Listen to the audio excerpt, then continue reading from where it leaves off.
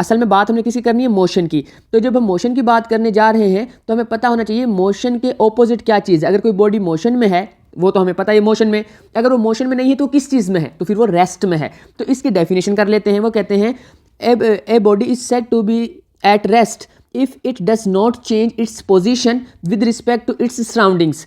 अगर भी जो उसकी सराउंडिंग है, जो इन्वायरमेंट है, जो उसके दाएं बाएं की चीज़ें हैं, उनके लिहाज से उस चीज़ की, उस बॉडी की पोजीशन चेंज नहीं हो रही है तो समझो वो रेस्ट में है। अब पोजीशन क्या होती है इसके बारे में हम आगे बात करेंगे। तो आगे जो है इसके ऑपोजिट क्या चीज़ है कि वो पोजीशन चेंज कर रही होगी।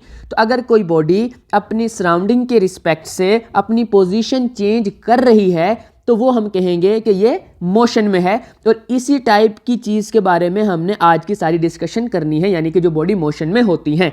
अब ये जो दो टर्म्स है ना बच्चों, द स्टेट ऑफ रेस्ट और motion of a body is relative. ये इसका मतलब ये है कि कोई बॉडी एक ही टाइम में रेस्ट में भी हो सकती है किसी रेफरेंस पॉइंट से, और किसी दूसरे रेफरेंस पॉइंट से वो बॉडी जो है वो मोशन में भी हो सकती है।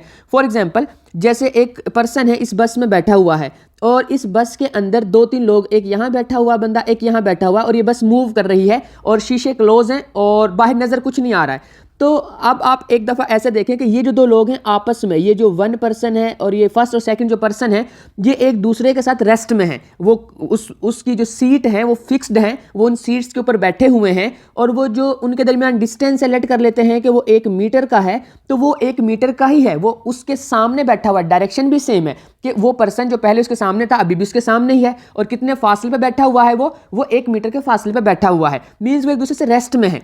तो ओके, वो एक दूसरे से फर्स्ट पर्सन सेकंड पर्सन के लिए रेस्ट में है और सेकंड पर्सन फर्स्ट के लिए रेस्ट में है। बट जैसे ही वो मिरर या वो जो शीशे लगे हुए उनको ओपन करते हैं, बाहर से लोग उनको देखना शुरू करते हैं, तो बाहर के लोगों के लिए वो दोनों लोग मोशन में हैं, वो दोनों लोग मूव कर रहे हैं बाहर के रेफरेंस से, क्योंकि पूरी बस मूव कर रही है।